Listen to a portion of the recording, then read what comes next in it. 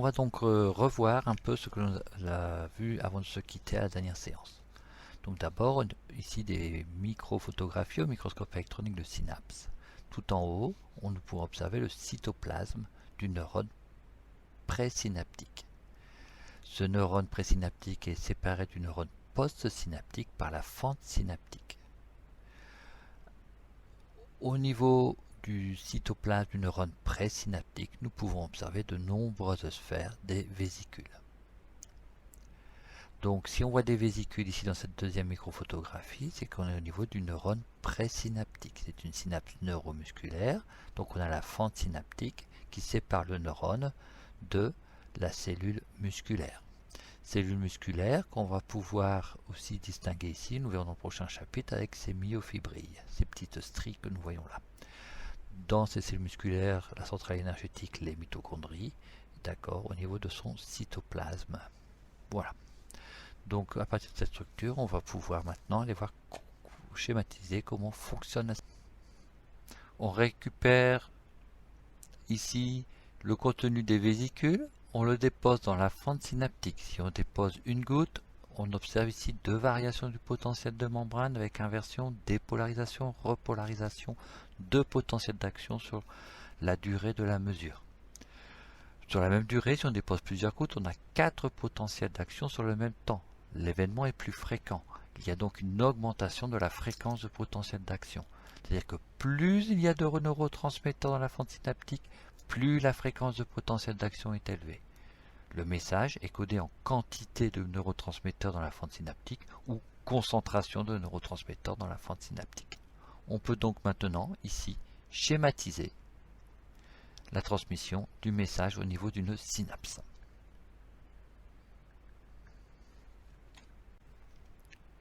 On trace le bouton synaptique, le renflement au bout de l'axone du neurone présynaptique.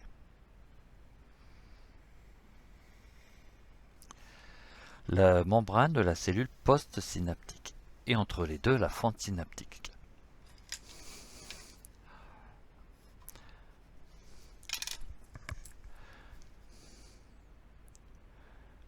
Neurone présynaptique, fente synaptique, neurone postsynaptique. Dans le neurone présynaptique, on observe de nombreuses vésicules.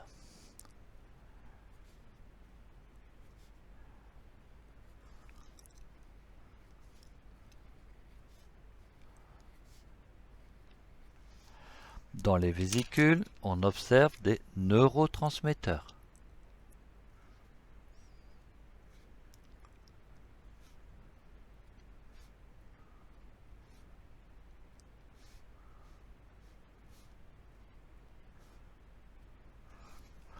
Au niveau postsynaptique, il y a des récepteurs aux neurotransmetteurs. Donc je fais comme ça des petits récepteurs avec la partie complémentaire aux neurotransmetteurs.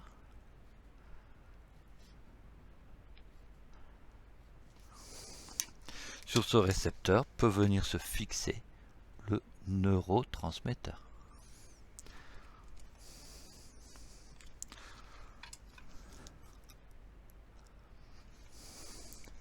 Si on résume, 1. Arrive par la membrane du neurone présynaptique un message électrique, variation de potentiel membranaire, codé en fréquence de potentiel d'action. 2. L'arrivée de ce membrane entraîne la fusion de la membrane des vésicules avec la membrane du neurone présynaptique. 3. Le neurotransmetteur contenu dans les vésicules est déversé dans la fente synaptique. 4.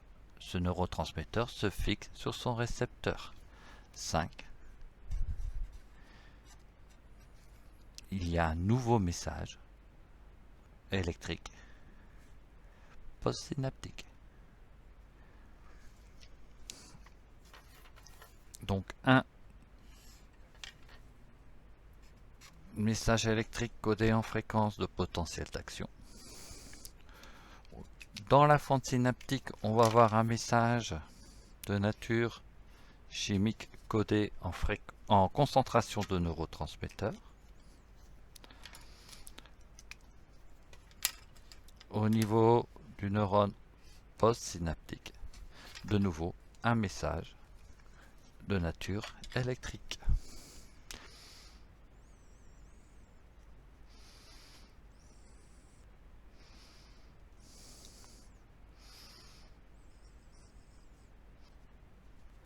Ici, il est message codé en concentration de neurotransmetteurs.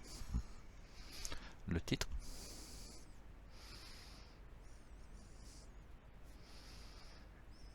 Schéma du fonctionnement de la synapse.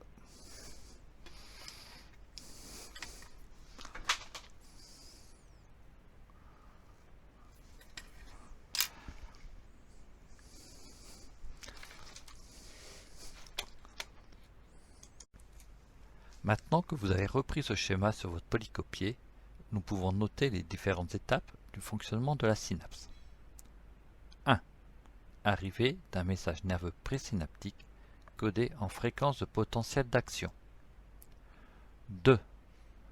La membrane des vésicules fusionne avec la membrane du neurone présynaptique. 3. Le contenu des vésicules ou neurotransmetteurs est ainsi déversé dans la fente synaptique.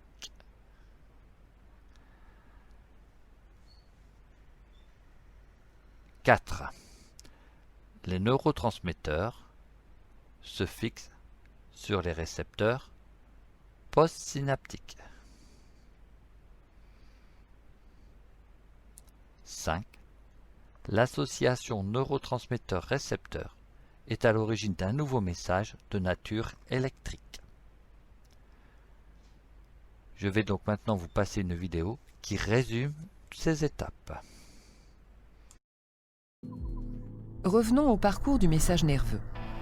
Lorsque le signal électrique parvient à l'extrémité de l'axone d'un neurone ou terminaison nerveuse, il rencontre un espace appelé fente synaptique qui l'empêche de se propager à un autre neurone. L'arrivée des potentiels d'action à l'extrémité de l'axone du neurone 1 dit présynaptique entraîne la migration et la fusion de vésicules avec la membrane plasmique du neurone. Cette fusion libère les molécules enserrées dans les vésicules, appelées neurotransmetteurs. Ces neurotransmetteurs viennent se fixer aux récepteurs membranaires situés à la surface du neurone 2 ou neurone postsynaptique. Cette fixation déclenche une réponse électrique dans le neurone postsynaptique et éventuellement, si cette réponse est d'amplitude suffisante, la création de potentiels d'action. Les neurotransmetteurs permettent donc la transmission du message nerveux d'un neurone à l'autre. Ces molécules actives sont libérées par un neurone et réceptionnées par un autre sur lequel elles agissent. Ainsi, le message nerveux est de nature électrique le long de l'axone et chimique au niveau de la synapse.